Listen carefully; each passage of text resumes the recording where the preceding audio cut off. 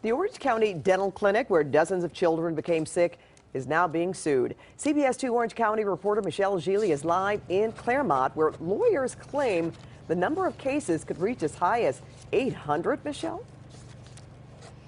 Well, Pat, I can tell you about at least one lawsuit filed by the attorneys behind me here, and what they're saying is this client, this patient, this little boy with autism begs his parents not to go back to Children's Dental Group in Anaheim. He's telling them, according to the lawsuit, that he will be a good boy if he doesn't have to go back. There's another lawsuit that's going to be filed involving a girl who only has 3 teeth left. It's hard for her to eat, lawyers say. And then another case that's about to be filed. This is a boy who's had 19 teeth. These are baby teeth worked on, either pulled, they have crowns, or root canals.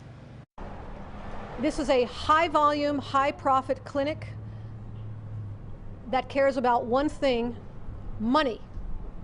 The first of 6 lawsuits has been filed by a Claremont law firm against the Anaheim Dental Clinic, Children's Dental Group, that has been under the microscope since dozens of children became infected with a dangerous bacteria that health officials say was found in the clinic's water supply. Lawsuit number 1 involves the case of Leo Sanchez, a 6-year-old with autism. Attorneys will soon file another case involving 4-year-old Nairi Amador, who needed surgery and is still on a strong regimen of IV drugs after getting a pulpotomy or baby root canal and teeth pulled at Children's Dental, procedures that were unwanted. She didn't go to school, she can play with your brother.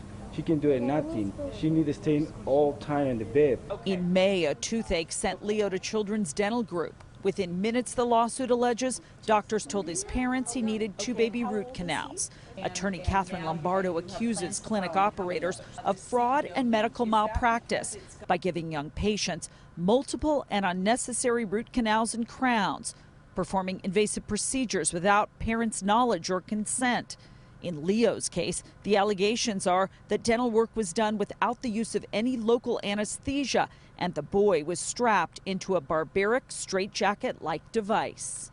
What does that mean? It means that for profit, they are subjecting these children to harmful, dangerous, life-threatening, barbaric treatments.